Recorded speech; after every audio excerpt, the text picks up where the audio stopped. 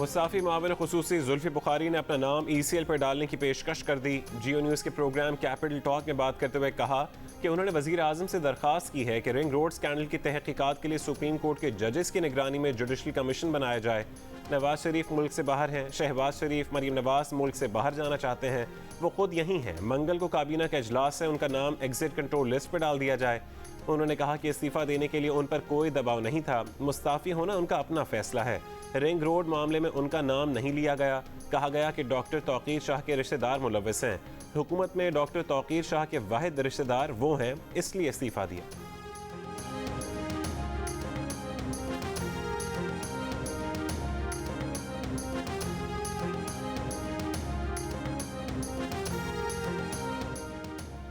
तहरीक इंसाफ जहांगीर तरीन ग्रुप के रहनुमा राजा रियाज ने कहा है कि शहजाद अकबर ने वफाकी इदारों के जरिए साजिश में नाकामी के बाद वजीर आला पंजाब को इस्तेमाल करके साजिश करने की कोशिश की।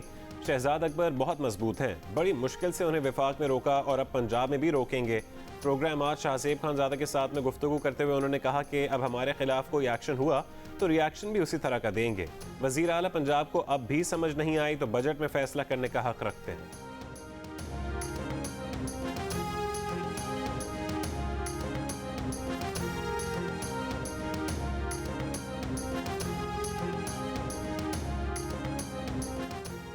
वज़ीर आज़म के मुशीर एहतसाब दाखिला शहजाद अकबर का राजा रियाज के इल्ज़ामात पर रद्द-ए-अमल।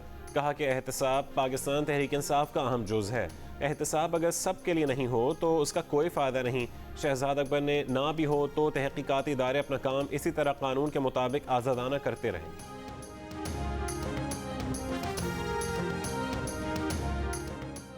PTI के सेनेटर सैफुल्लाह अबड़ो के भाई रहमतुल्लाह अबड़ो को लाड़काना पुलिस ने गिरफ्तार कर लिया। रहमतुल्लाह अबड़ो और प्रोविंशियल बिल्डिंग्स के इंजीनियर के दरमियान झगड़े की वीडियो सोशल मीडिया पर वायरल हुई थी। गिरफ्तारी एग्जीक्यूटिव इंजीनियर आफ्ताब अबड़ो की जानिब से सिविल लाइन थाने में दर्ज मुकदमे में अमल में आई। आफ्ताब अबड़ो ने रहमतुल्लाह पर कार्य सरकार में मदाखलत का, जबकि रहमतुल्लाह ने आफ्ताब अबड़ो पर रिश्वत लेकर करोड़ों के टेंडर्स मंजूर नज़र अफराद को देने का इल्ज़ाम लगाया था। पुलिस ने मुकदमा रहनुमा पीपल्स पार्टी निसार खोड़ो की हिदायत पर दर्ज किया। सेनेटर सैफुल्लाह अबड़ो का कहना है कि हमला उनके भाई पर हुआ और कार्रवाई भी उसके खिलाफ की जा रही है। लाड़काना में सरकारी सरपरस्ती में गुंडागर्दी हो रही है। गवर्नर सिंध को सूरत हाल से आगाह कर दिया।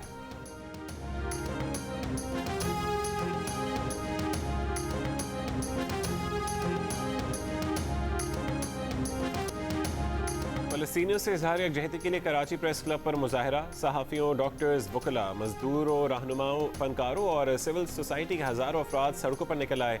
तलबा भी बड़ी तादाद में शरीक। आलमी बिरादरी से खामोशी तोड़ने और इसराइली मज़ालिम पर आंखें खोलने का मुतालबा कर दिया। नेतन्याहू की इसराइली हुकूमत को माफिया करार दे दिया। कहा कि बच्चों और ख़वातीन समेत फ़लस्तीनियों के खिलाफ इसराइल के जंगी जराइम आलमी बिरादरी के मुंह पर तमाचा है। मीडिया इसराइल का जुल्म दुनिया के सामने लाया तो उसका बदला उसने मीडिया हाउसेस को तबाह करके ले लिया।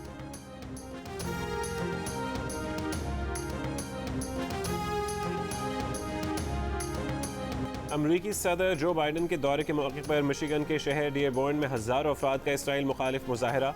फ़लस्तीनियों के हक़ में नारे, इसराइली हमले बंद करने का मुतालबा। कनाडा के शहर मिसिसागा में भी हज़ारों अफराद ने गज़ा पर इसराइली बमबारी और निहत्ते फ़लस्तीनियों की हलाकत पर एहतजाज किया।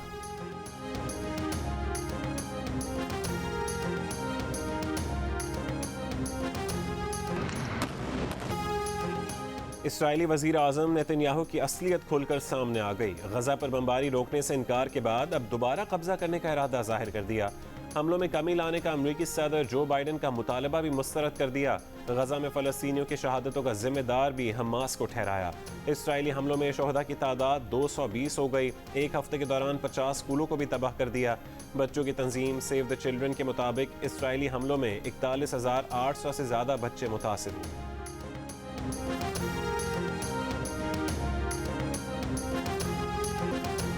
NCOC का मुल्क भर में कोरोना पाबंदियां नरम करने का ऐलान। 24 मई से कोरोना के मुस्बत केसेस की 5% से कम शरह वाले शहरों में स्कूलों की घंटी बजेगी। 7 जून से मजीद तालीमी इदारे मरहलावार खुलेंगे। 20 जून के बाद मैट्रिक और इंटर के इम्तहानात शुरू होंगे। रेस्टोरेंट्स को रात 12 बजे तक आउटडोर डाइनिंग की इजाज़त होगी। घर खाना ले जाने की सहूलत 24 घंटे मिलेगी। 1 जून से 150 अफराद के साथ ओपन एयर शादी हॉल में तकरीबात की इजाज़त होगी। हिफाजती इंतजामात के साथ सयाहती मकामात भी खुल जाएंगे। वफाकी वज़ीर असद उमर ने अवाम से वैक्सीन लगवाने की अपील कर दी।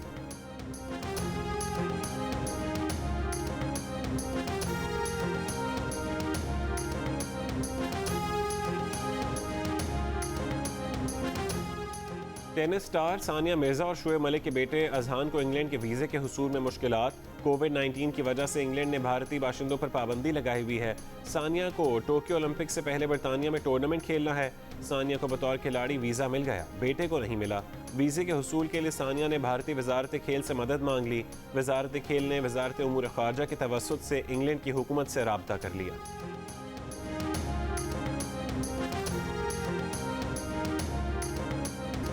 जहांगीर तरीन ने बुज़दार हुकूमत के खिलाफ नया महाज खोल दिया। हम ख्याल ग्रुप को पंजाब हुकूमत की इंतकामी कार्रवाइयों का नतीजा करार दे दिया।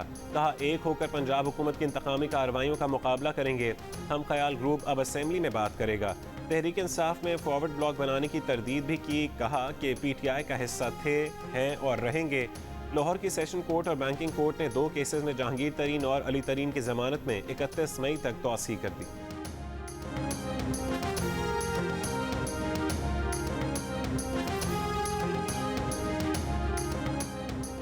वफाकी वज़ीर शफकत महमूद ने कहा है कि नाराज साथियों को पंजाब हुकूमत गिराना होती तो मुस्लिम लीग नून के साथ मिलकर अब तक गिरा चुके होते।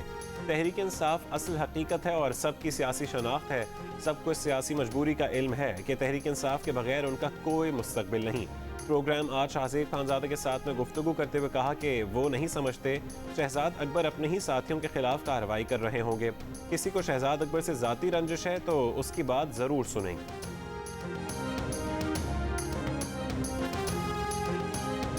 पंजाब के सियासतदान अपना पैसा बचाने और कानून से बचने के लिए दुम दबाकर लंदन भागे हुए हैं। ज्यादा देर नहीं बचेंगे, हम वापस लेकर आएंगे। वजीर आजम इमरान खान ने मुखालिफिन को चैलेंज दे दिया। कहा कि सारे माफिया इकट्ठे होकर NRO लेने की कोशिश कर रहे हैं। NRO नहीं देंगे, सबको कानून के नीचे लाएंगे। लोग पूछते थे कहाँ है नया खैबर पख्तूनख्वा। उन्हें पता ही नहीं था कि कितना बड़ा इनकलाब आ रहा है। खैबर पख्तूनख्वा के शनाख्ती कार्ड का मतलब आपको 10 लाख की हेल्थ इंश्योरेंस मिल गई। हुकूमत ने रुकावटें खत्म कर दी, अब बैंक कर्ज देंगे, लोग घर बना सकेंगे। वजीर आजम ने पेशावर में मजदूरों के लिए बनाए गए 2000 से ज्यादा फ्लैट्स पर मुश्तमिल लेबर कॉलोनी का इफ्तिताह कर दिया।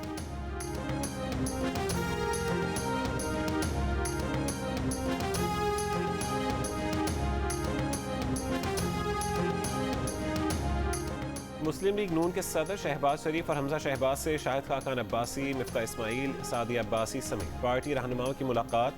शहबाज शरीफ ने कहा कि मुल्क और कौम महंगाई और मुआशी दलदल में मुसलसल धंसते जा रहे हैं। मौजूदा हुकूमत का हर दिन मुल्क पर बदतरीन कर्ज में इजाफा और मईशत की सांसें बंद कर रहा है।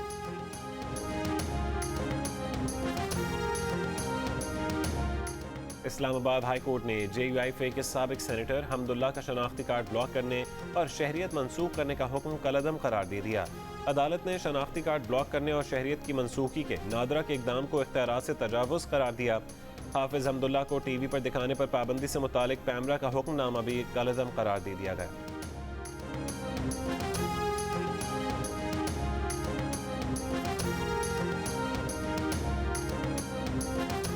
इस्लामाबाद हाई कोर्ट ने नवाज शरीफ की जायदाद की नीलामी रुकवाने की दरखास्तें नाकाबिल समात करार देकर मुस्तरद कर दी।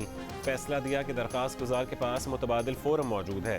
नीलामी रुकवाने के लिए ट्रायल कोर्ट से रुजू किया जा सकता है। हाई कोर्ट आइन के आर्टिकल 199 के तहत ये दरखास्त से नहीं सुन सकती।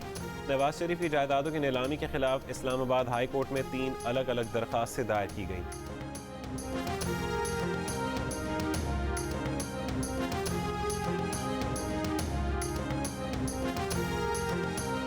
कोरोना वायरस 24 घंटों के दौरान मुल्क भर में मजीद 104 जिंदगियां ले गया। मजीद 3000 से ज्यादा अफराद में वायरस की तस्दीक। मुस्बत केसेस की शरह तकरीबन 8% रही। लाहौर समेत पंजाब में मुस्बत केसेस की शरह में कमी। लाहौर में शरह 7% पर आ गई। 24 घंटों में 511 अफराद में वायरस की तस्दीक हुई। पंजाब में शरह तकरीबन 8% रही।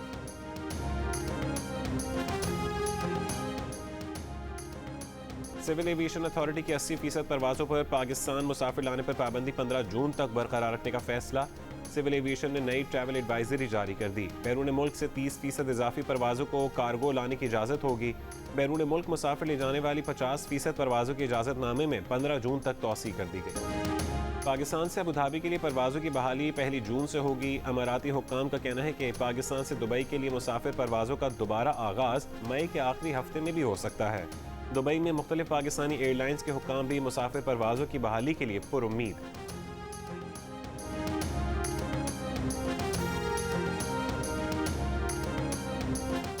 मजलूम फ़लस्तीनियों के लिए अक़वाम मुत्तहिदा में आवाज़ बुलंद करने पाकिस्तान, तुर्की, सूडान और फ़लस्तीन के वज़ीर ख़ारजा एक साथ तुर्की से न्यूयॉर्क रवाना। त्यूनिस के वज़ीर ख़ारजा भी काफ़िले में शामिल। त्यूनिस में तैयारी की रीफ्यूलिंग। दोनों वज़ीर ख़ारजा की मुलाकात फ़लस्तीन की सूरत हाल और क़याम अमन के लिए जारी काविशों के हवाले से तबादला ख़याल। वज़ीर ख़ारजा शाह महमूद कुरैशी का कहना है कि क़िबला अव्वल की बेहुरमती पर पूरी मुस्लिम उम्मा हालत इज़्तिराब में है। पाकिस्तान फ़लस्तीनी भाइयों की सियासी, अखलाकी और सिफारती मुआवनत जारी रखेगा।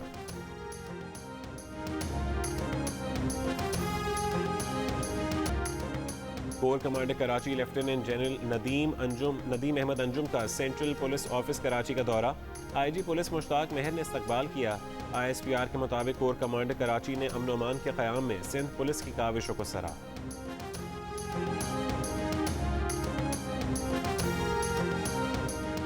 खबरदार, होशियार, कराची के रेड जोन में कानून नाफिज करने वाले एहलकारों के रूप में डकैत भी घूमने लगे। कराची पुलिस ने पोस्टर जारी करके अवाम को अलर्ट कर दिया। पुलिस के मुताबिक मुल्ज़िमान ज़्यादातर सदर और आराम बाग में वारदातें करते हैं। कानून नाफिज करने वाले इदारे की टोपियां पहनते हैं, सफ़ेद कार में होते हैं, वॉकी टॉकी सेट भी होते हैं। शहरियों को रोक कर उनसे मोबाइल, नकद रकम और दीगर कीमती अशिया छीन लेते हैं।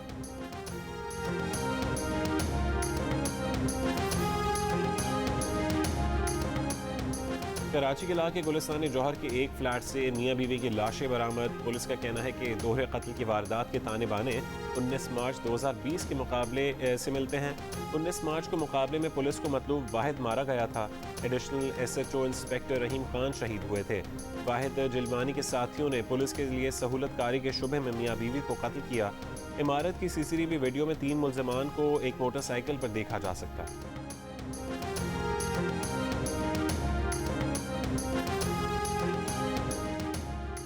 लाहौर पुलिस ने पाकिस्तानी नजात बरतानवी मायरा के कत्ल केस में नामजद मरकजी मुलजिम साद अमीर भट्ट को गिरफ्तार कर लिया। मकतूला की पोस्टमार्टम रिपोर्ट के मुताबिक मायरा की गर्दन और चेहरे पर 2 गोलियां लगीं। गले और जिस्म पर निशानात भी पाए गए। गर्दन पर फंदे का निशान पाया गया। ज्यादती की तस्दीक के लिए नमूने लैब भेज दिए गए। मायरा को 3 मई को कत्ल किया गया।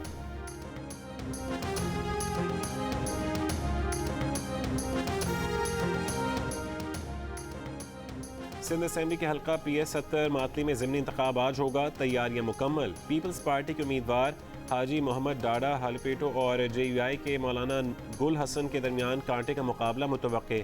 123 पोलिंग स्टेशन में से 41 हसास और 12 इंतहाई हसास करार। ये सीट पीपल्स पार्टी के रुकन असेंबली बशीर अहमद के इंतकाल के बाद खाली हुई।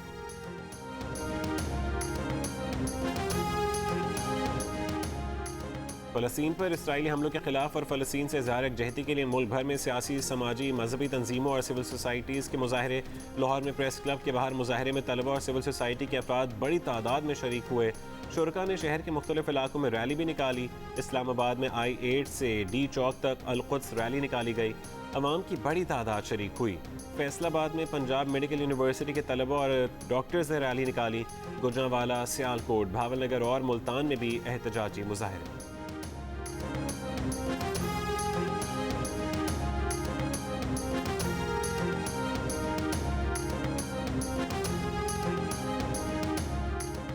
कोरोना ने भारत को ऑक्टोपस की तरह जकड़ लिया। 24 घंटों में 4,500 जिंदगियां ले गया।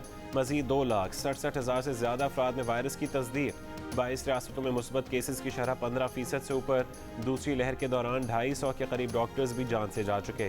कोरोना बहरान में बदतरीन कारकर्दगी पर भारतीय वजीर आजम की मकबूलियत 2019 के बाद से कम तरीन शरह पर आ गई। माय नेम इज मंगू जान मंगू द वॉशिंग मशीन। दोस्तों, वक्त आ गया है कि कोरोना वायरस के खिलाफ हम अपनी आस्तीनें चढ़ा लें। भाई, कोरोना वैक्सीन जो आ गई है। और आस्तीन चढ़ाएं, वैक्सीन लगवाएं। डोंकी किंग भी कोरोना वैक्सीनेशन की हिमायत में मैदान में आ गया। अवाम से कहा कि वैक्सीन को कहें हाँ और कोरोना को कहें ना।